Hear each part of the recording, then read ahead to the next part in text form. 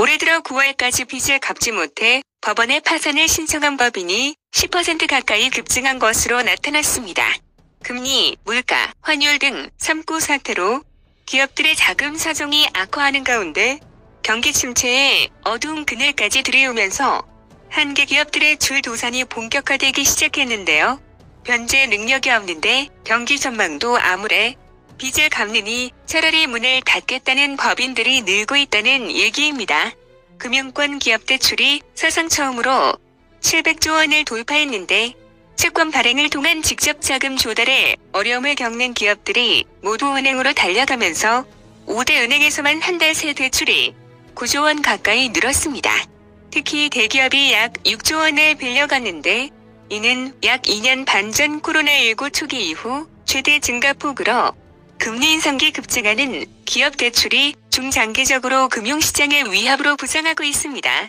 내년도 경제 성장률이 1%대에 그칠 것으로 전망되는 상황에서 한계 기업들의 줄도산이 본격화할 경우 가게는 물론 다른 기업들에도 부정적인 영향을 미칠 것으로 과거 경제 위기를 되짚어보면 우리 경제에 취약한 고리인 한계 기업들의 줄도산이 위기의 도화선이 된 경우가 많았기 때문입니다.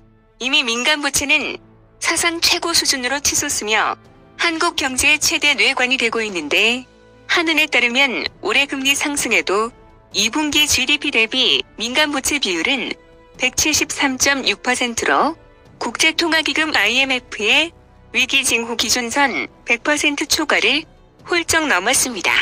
기업도 마찬가지인데요.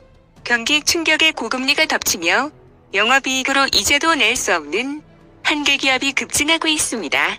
한국경제연구원에 따르면 외부감사법을 적용받는 비금융기업 한계 기업은 코로나19 사태 이전인 2019년보다 23.7%가 더 불어나 앞으로 금리가 오르면 한계 기업은 더 늘어날 수밖에 없는데요. 최근 전국경제인연합회가 매출 1000대 제조기업을 대상으로 설문조사한 결과 기업들은 향후 기준금리가 0.25%포인트만 올라도 대기업 50%가 영업이익으로 이자도 낼 수 없는 좀비 기업이 될 것으로 우려했습니다. 금리가 0.5%포인트 오르면 취약 기업 수는 전체의 59%까지 늘어날 것으로 조사됐습니다. 우리 경제 취약 고리가 이딴 금리 인상 부담을 이기지 못하고 끊어지면 부채 폭탄이 다른 부문으로 전이될 가능성이 크다는 게 문제인데 한은은 늘어난 빚이 갑자기 버블이 꺼지는 강한 충격이 발생하면 가계, 기업이 66조 8천억 원에 달하는 신용손실을 입을 것으로 분석했습니다. 기업이 파산하면 그것이 가계의 파산으로 이어지고 소비 급감으로 이어져 기업들의 매출 둔화로 이어지는 악순환이 이어집니다. 경기 한파가 꽤 긴 기간 동안 이어질 것이니 이에 대한 대비가 필요할 것입니다.